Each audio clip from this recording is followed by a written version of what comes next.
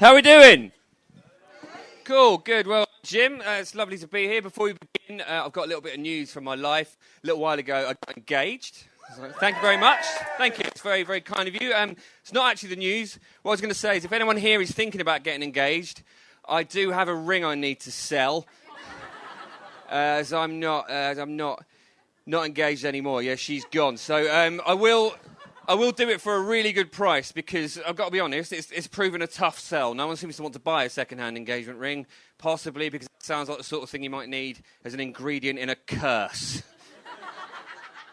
So back to being single, back to square one, and I find that kind of difficult, you know, because I'm not really what you call an alpha male. I've definitely slept with more women than I've had sex with.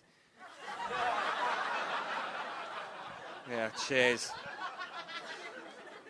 And I just feel like I can't move on until I get rid of it, you know? Because it's like I say, it's like this cursed thing. Cause a second-hand engagement ring, it's a charged, emotionally charged object, isn't it? Because it's a physical object, but also the very nature of it being second-hand, it's a little story as well, isn't it? It's not a whole story, but it's enough of one. It's like if a person owns a single blood-stained ski.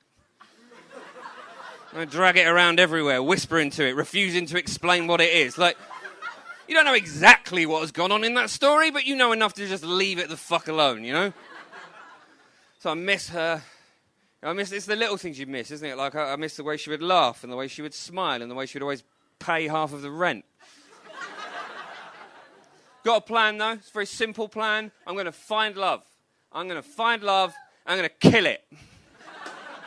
Because it keeps tricking me. And to be honest, I'm a bit scared of it as well, you know, because, you know, I don't know. I'm just scared it will happen again, you know, that I'll get engaged or I'll get married and it won't work out. And I don't want to be like some sort of forlorn Sonic the Hedgehog, mindlessly running around collecting rings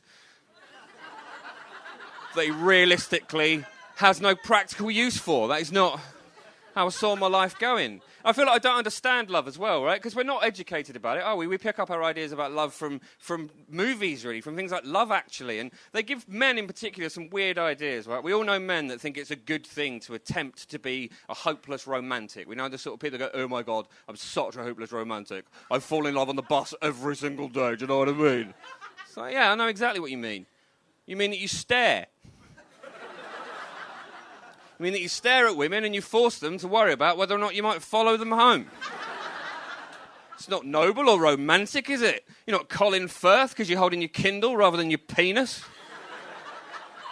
It's ultimately the same effect. So you look closer to home for an example of love, you know, because whether we like it or not, our parents' marriages are the relationships that we base our own relationship models on. And I haven't learned a lot about love from my dad in particular. He's quite a sort of proud man, doesn't talk about feelings a lot. When he does, he's drunk, and he'll say things to my mum like, you do know, if anyone ever hurt you, I'd kill them. Happy birthday.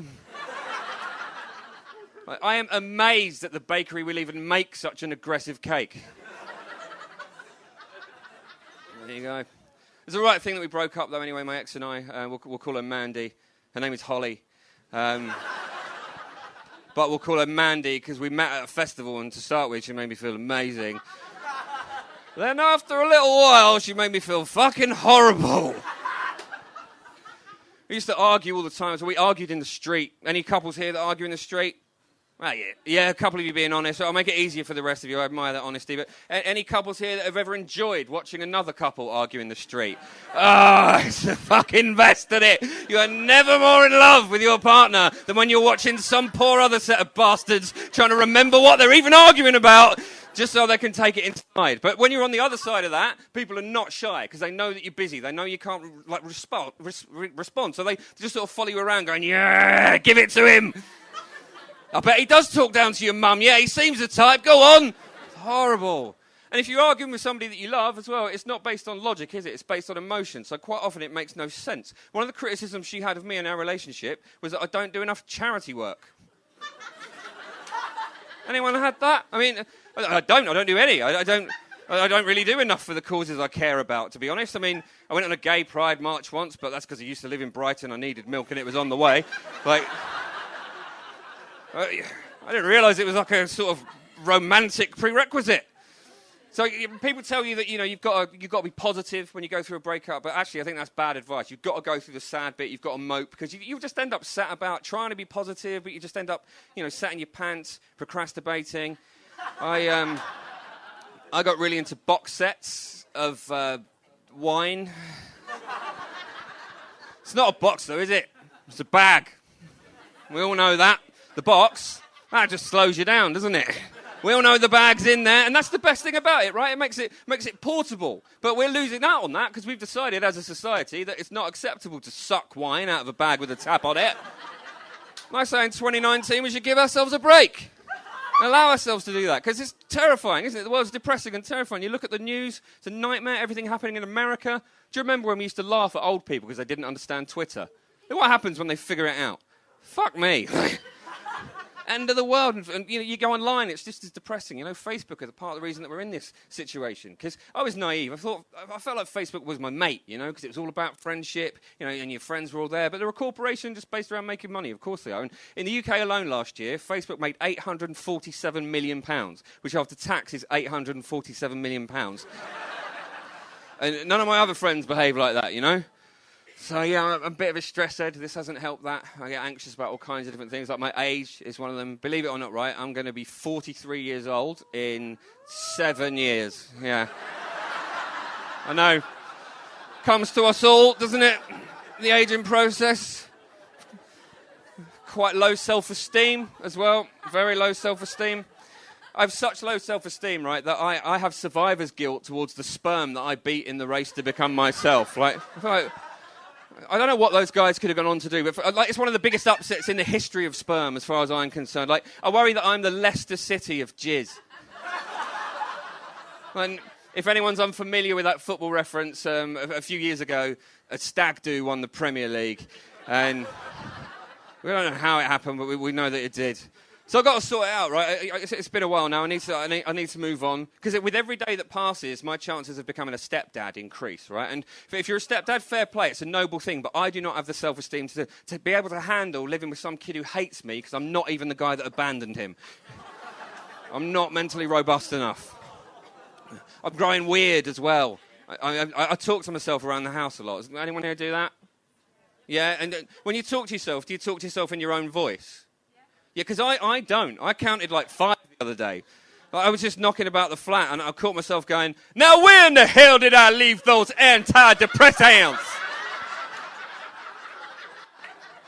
If you're wondering as well, is that guy black or white? I don't know.